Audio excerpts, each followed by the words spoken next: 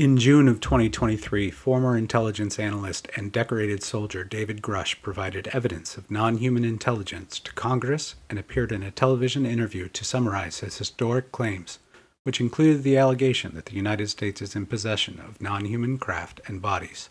The Inspector General has deemed David Grusch's claims to be urgent and credible. Join us as we discuss.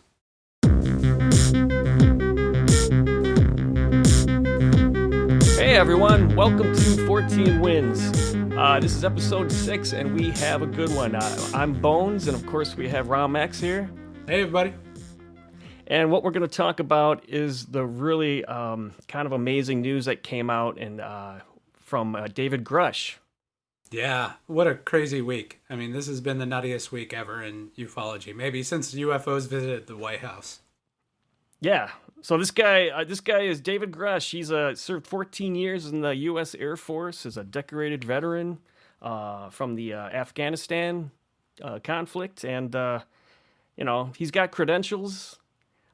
He's under oath, speaking under oath, which is a big deal, and he's got the Inspector General by his side. Yeah, saying that these claims are urgent and credible. We did look briefly into his background. I think anyone can. His information is out there. He is who he says he is. He worked where he said he is. He's a real deal. So either he went crazy and decided to bring this information to Congress and lie to them, in which case he can go to jail, or he's telling the truth. I really don't see any other option. Yeah, it's hard to fathom anyone just coming out and risking themselves like that for nothing. Right. So what did he say? I mean, we'll briefly recap what he said if people haven't watched that hour-long interview. You can see it on YouTube now. There was a brief moment where it wasn't available live, but I think it's all on YouTube now. News Nation had covered the interview. And what he said during that interview was, there was a few things that were pretty shocking to me.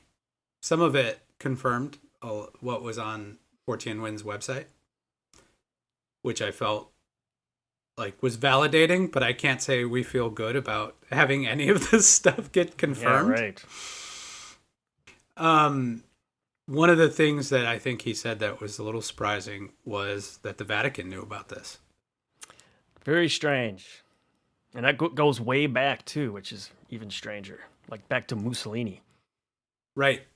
So that was World War II, and apparently the Vatican told the U.S. where they could find the UAP during the war, and they extracted it. So that's that's actually 90 years they've had these objects. How long back does the lie go? Yeah, no kidding. And I think that's an important point, because when we talk about, and we're going to talk about this in the next episode, of what disclosure might mean. And one of the things it's going to mean is re-examining history, because everyone knew. The Nazis knew. Mussolini knew. The U.S. knew. How did that affect history? How did that affect some of the things that played out? And the thing is, we've come up with all of these reasons why things happened in World War II, in our history, in our books. We've had psychologists. They never considered this information. Right. Yeah. And this is a pretty big bullet point when it comes to the history of the world. I mean, so all the nation's leading powers knew about this for a long time. And it probably affected a lot of decision making through the decades. Right. So that's one area that we're going to have to go back and take a good hard look at post-disclosure is, all of history, Yeah, right. He also confirmed that ET is only one possible option. And he even brought up interdimensional, which is a big focus of our work at 14 Wins. Yeah, amazing. It is amazing. And it's not exactly, this is one of those pieces where I'm like, this is not exactly good news. I wanted these things to be ETs too. Yeah, right. Yeah, it's hard to absorb. Yeah, interdimensional is something that it's just going to take us a little while to get used to, I think. But we talk about this on the website. It could be some sort of combination of ET and interdimensional, or even human, who then left and now is able to travel through dimensions. So this point of origin and this discussion sort of becomes endless. And I like the way that the government actually seems to be classifying these things as NHI, which stands for non-human intelligence. Okay, right. And that's great. So please take note, journalists. Stop asking about extraterrestrials, because it makes it very easy for the government to deny or avoid everything you're saying. Because David Grusch just told you, as we have told you many times, there's no guarantee these things are ET. So stop asking about ETs. And some of the reporters have caught on, and I think that's been an interesting development since Grusch has spoken. And just in this last week, there was a reporter who asked, "Hey, are we alone? Or Grusch's claim is credible?" More or less, through that to the White House press secretary, and she's, instead of doing the usual giggle and like, "I like movies about aliens," she said, "I think the right thing this time, which is, I would refer you to the Department of Defense."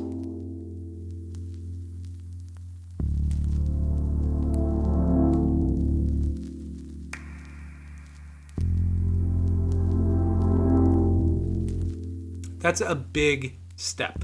I think it's important for me. This is a good segue for me to bring up Schopenhauer, who is a philosopher.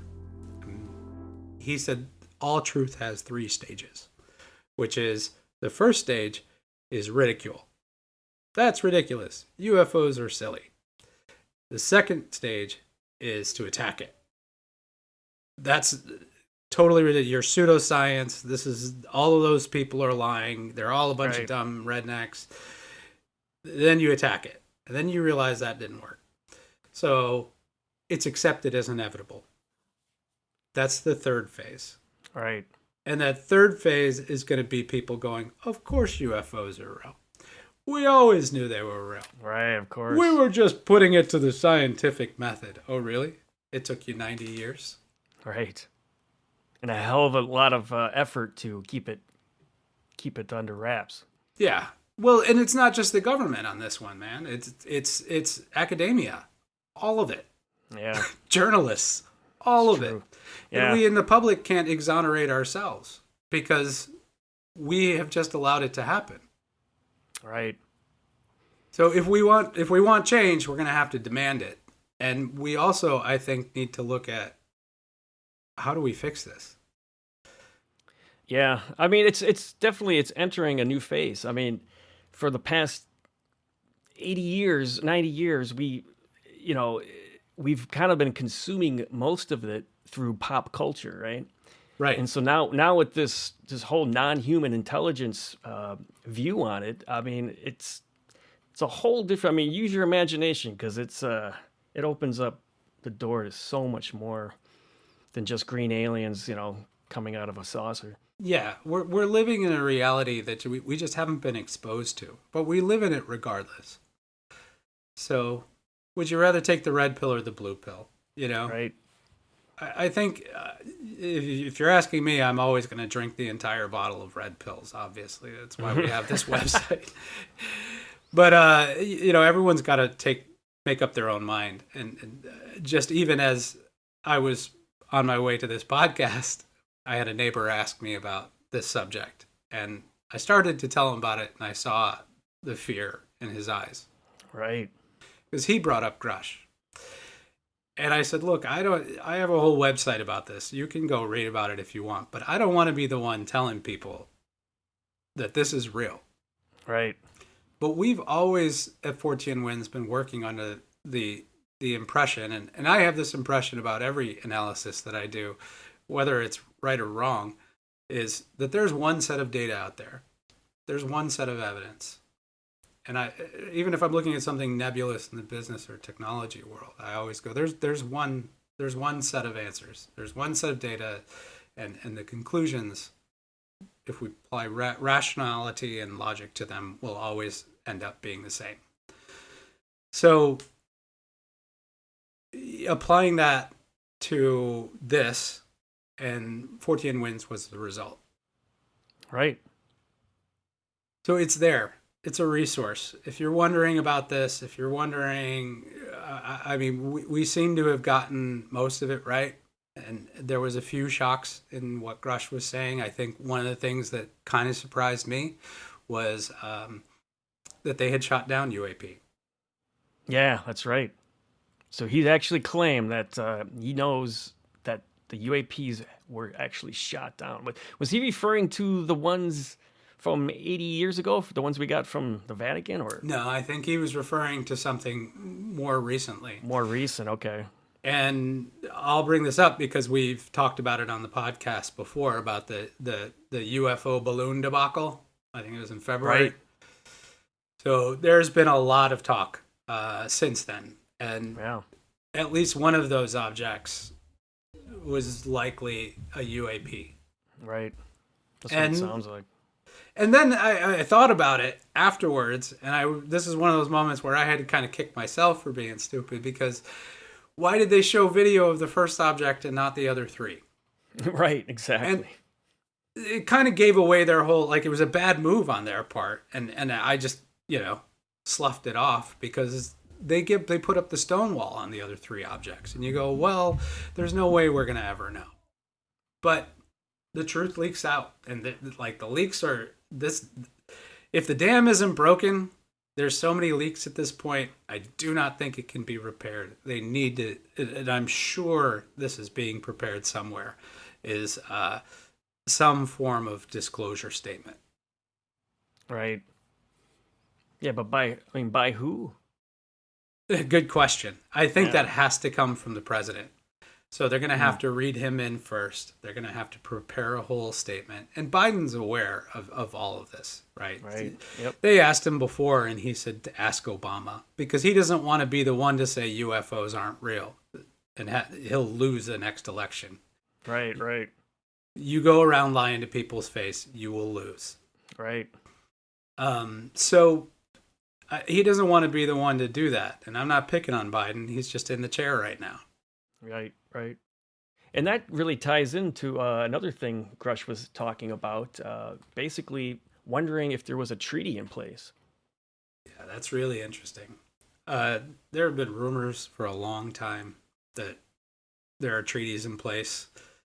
Supposedly, UFOs have landed. There's been rumors that they've landed at Nellis. There's been rumors that they landed at Holloman Air Force Base and met with people. And then there's rumors about what came out of that meeting. I think the most disturbing of those rumors is that there was some sort of agreement that would allow abductions to happen. That would be weird. That would be really bad. Yeah. I really hope that's not what Grusch was talking about. Yeah, my biggest fear with all this is that, the way this is coming out, it almost sounds like it's just, all the major nations in the world know that these UAPs are real. A lot of them probably have physical evidence of these UAPs, and it's now just a global race to reverse engineer it to rule the world. That's my that's my biggest fear. Yeah, we don't talk about that much, but as far as reverse engineering goes, like, let's just say a bad actor did reverse engineer this technology. That, this is a great opportunity to talk about Nazis in World War II, because they were all over this subject. Right. And I have just been discovering new things about what Nazis were doing with UFOs and the occult. There's some weird relationship between UFOs and the occult and consciousness and all this sort of stuff. So they were deep into this, and they even thought these UAP came from the inner Earth. Oh, that's crazy. That's a theory that keeps popping up, and we could be looking at a mix of phenomena where maybe they're in inner Earth, but they're also interdimensional, and they came from another planet. Again, It gets weird, so let's just call them NHI. NHI sounds good. Yeah, so additionally, many of those Nazi scientists came here to the United States following the war. And there's a lot of Operation Paperclip is the name of one of those projects that basically took care of Nazi scientists in order to get the information that they had. Who knows what was in that? Yeah, no kidding. So there's another moral and ethical trap that UAP brought us into in this debacle. But we already knew that. We just thought it was all about rockets. Right. So the news really is that there's more to come, right? So the Congress is going to have public hearings on this. Of course, you got to take those public hearings with a grain of salt because they're politicians and a lot of it's performative. But the biggest point is these guys are going to be under oath speaking to the public. Right. So Grusch is not the first whistleblower. Lou Elizondo was one of the first, and he went to Congress with his claims. And I think Chris Mellon could also be considered a whistleblower, and there's other whistleblowers' names who aren't in the public yet, and I'm not going to put them out. But Grusch isn't the only one. So how Congress goes about this, I think, will be determined, at least in part, by how we go about pressuring them. Right. The best thing you can do right now in the public is to write an email to your congressional representative. And that is how the system is designed to work. If you're in their district, you just want to say, I am in your district, and I would like an answer to this. You don't have to say anything else. You don't have to say, I'm interested in UFOs. You have to say, these claims are disturbing. The lack of government transparency, if nothing else, should really disturb you. Yeah, don't add any political points of view. Just straight that. Say, why isn't this being disclosed? This isn't right. This is a bad use of my taxpayer money, and if you want my vote, clean it up. Right. So if we get enough people to write into their representatives, we just make some noise. We help this along. Definitely. But I think either way, as we've talked about, we have noticed the frequency of these events happening is increasing. We've noticed the frequency of cryptid events happening is increasing. I think if you're watching this in the news, you're noticing a large amount of news events start to increase. And this is pretty anxiety provoking for people. This is one of those points where I'm really glad we have had almost 3 years to assimilate this idea. Right, definitely. I mean, we've been thinking about this for a while. If it starts just to hit people that really haven't put much thought into it, psychologically, you're going to be going through some things. Yeah. We put together a whole website. Please check it out. And, reach out. Reach out to friends, reach out to family, try to find someone who's interested in the subject that you can talk to. People are going to try to avoid this. So we've experienced that. We watch people avoid our website. And so, so that's great.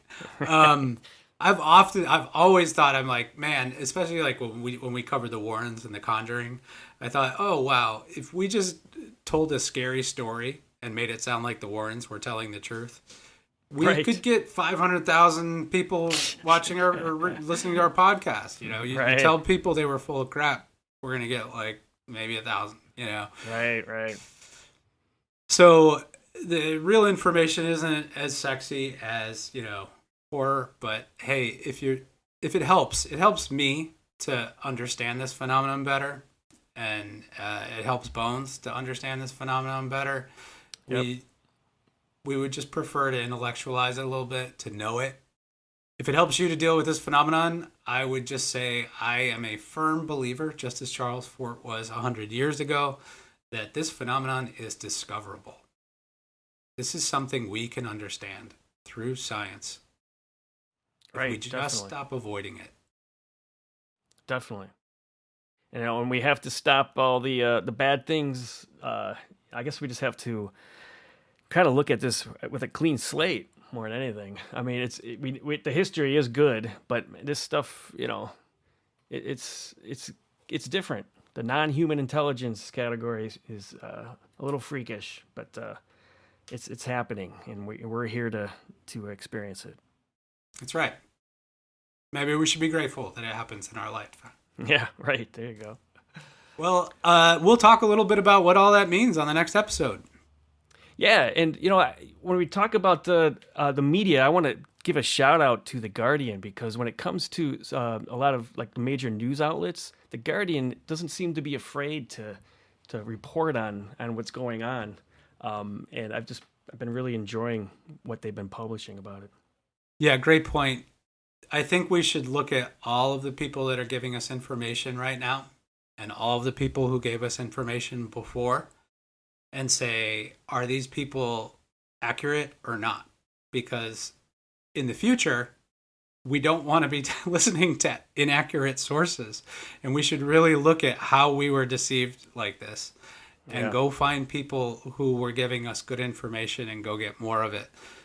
Those people who were lying to us this whole time, remember what I said about Schopenhauer saying, first the truth is perceived as ridiculous, then it's attacked, and then it's seen as inevitable.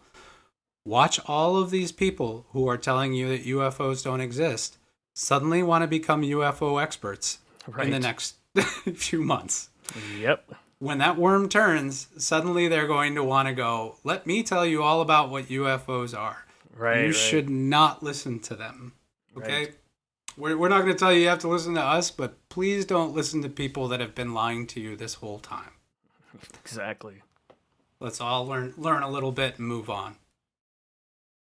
Well, that pretty much wraps up the episode. The next episode is going to be good, just as good. We're just going to talk about, how the world's going to react to all this new information, and just how it's going to affect us as humans. It's going to be good. We have a lot to explore. That's right. That's the way we should look at it. We should look at this as discovery. Definitely. All right. Well, thanks for listening, everyone. We'll catch you on the next episode. All right. Be well, Bones. All right. You too.